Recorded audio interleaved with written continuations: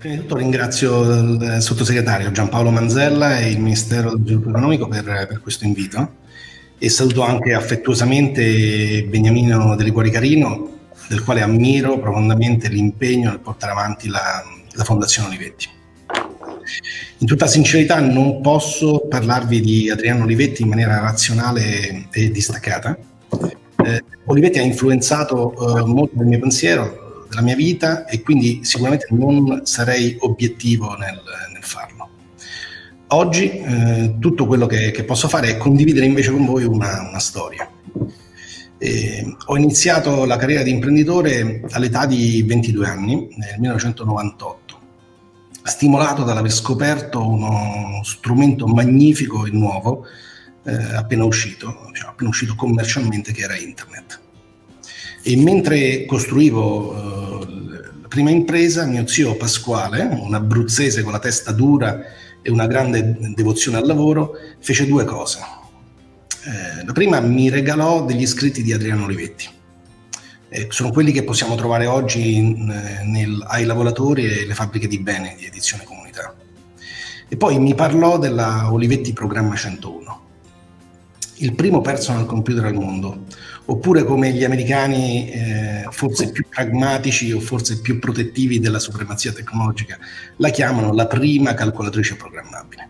Credo che mi donò questi discorsi perché voleva assicurarsi che capissi non tanto come fare impresa, ma perché fare impresa, è il suo fine ultimo. In quei discorsi c'è uno stile che a me, ventenne, sembravano completamente di altri tempi. In realtà mi influenzarono profondamente, perché dietro quello stile antico c'erano dei valori che rimanevano, che resistevano al tempo. Come seconda cosa, appunto, mi parlò della Programma 101. Mio zio al tempo lavorava ad Ancona, all'Istituto di Economia, proprio presieduto da Giorgio Fuà, citato anche prima, che era un consigliere di Olivetti, prima ancora di creare l'istituto economico dedicato a Olivetti. Misero a disposizione di mio zio una delle primissime Programma 101, la matricola numero 2, la seconda prodotta, e grazie a questo strumento il suo lavoro cambiò in meglio, naturalmente, cioè poteva utilizzare gran parte del lavoro noioso e dedicarsi a quello che gli piaceva di più, ideare modelli economici. Quindi mio zio scoprì il piacere di guadagnare il tempo grazie a uno strumento pensato per supportare l'umano, uno strumento non progettato per sostituire l'uomo, ma uno strumento a suo supporto.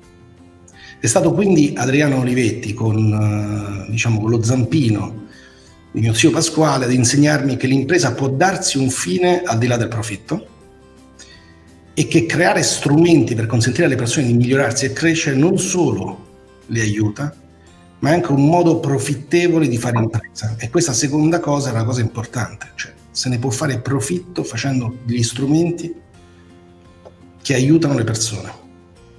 Il mondo in cui operava Olivetti era completamente diverso in quello in cui operiamo oggi, la fabbrica soprattutto. Siamo passati da un'economia basata sui prodotti a un'economia totalmente basata sui servizi. Dal lavoro manuale praticamente siamo passati all'intelletto. Quindi non possiamo prendere questi insegnamenti di Adriano Olivetti e applicarli alla lettera, ma possiamo e dobbiamo tradurli per renderli attuali. Quindi le aziende sono certamente cambiate, ma al di là di questo, quelle di grande successo continuano ancora a dividersi in due grandi categorie. Le prime sfruttano la debolezza umana, le dipendenze, come l'alcol, il tabacco, il gioco d'azzardo, lo zucchero, ma anche cose più recenti e altrettanto pericolose come le dipendenze psicologiche, introdotte ad esempio in alcuni social network. Queste aziende sono più facili da creare e purtroppo anche più difficili da distruggere. Per lo più non creano nuova ricchezza per la società, ma si limitano a spostarla e soprattutto lo fanno da chi è più debole a chi è più forte. Le seconde imprese invece sono imprese più difficili da creare e purtroppo più fragili. Costruiscono strumenti che ispirano e aiutano le persone a fare a loro volta grandi cose. E verso queste ultime io ho un amore incondizionato. Credo che nessuno oggi possa dire quello che avrebbe fatto Adriano Olivetti se fosse vissuto ai nostri tempi, ma io non ho dubbi che avrebbe certamente sostenuto questi giovani imprenditori che creano questo secondo tipo di aziende.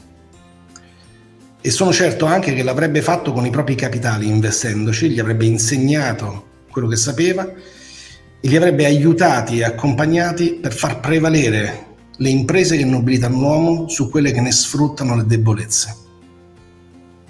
Quindi in base alla mia esperienza ho maturato questa certezza che l'applicazione su scala della filosofia di Adriano Olivetti non è fallita perché utopica, ma semplicemente per la sua morte precoce. La pandemia che stiamo vivendo, oltre alle tragiche difficoltà ovviamente che ci sta dando, sta offrendo un'opportunità di cambiamento di cui voglio parlare. La Silicon Valley, amata dallo stesso Adriano e dal padre Camillo, che era a Stanford, proprio a Palo Alto, al centro della Silicon Valley, questa Silicon Valley che per anni ha attirato e sottratto dai vari paesi i migliori talenti, oggi sta vivendo l'esodo più importante dalla sua creazione. Questo smart working, remote working, lavoro a distanza, sta permettendo alle persone di poter lavorare da ovunque. E questo esodo tende a ridistribuire il talento in maniera più uniforme sul nostro piccolo pianeta. Ritornano dove il talento è stato generato, perché appunto viene generato equamente sul territorio. Quindi in questo giorno, per chiudere, di tributo ad Adriano Olivetti, non posso far altro che augurare che questo cambiamento portato dalla pandemia porti alla creazione di tante nuove imprese olivettiane. Meno aziende e stati imprenditori che sfruttano le debolezze umane e più imprese vicino alle loro rispettive comunità, nelle quali le persone e la loro felicità tornino a essere il fine d'impresa. Grazie.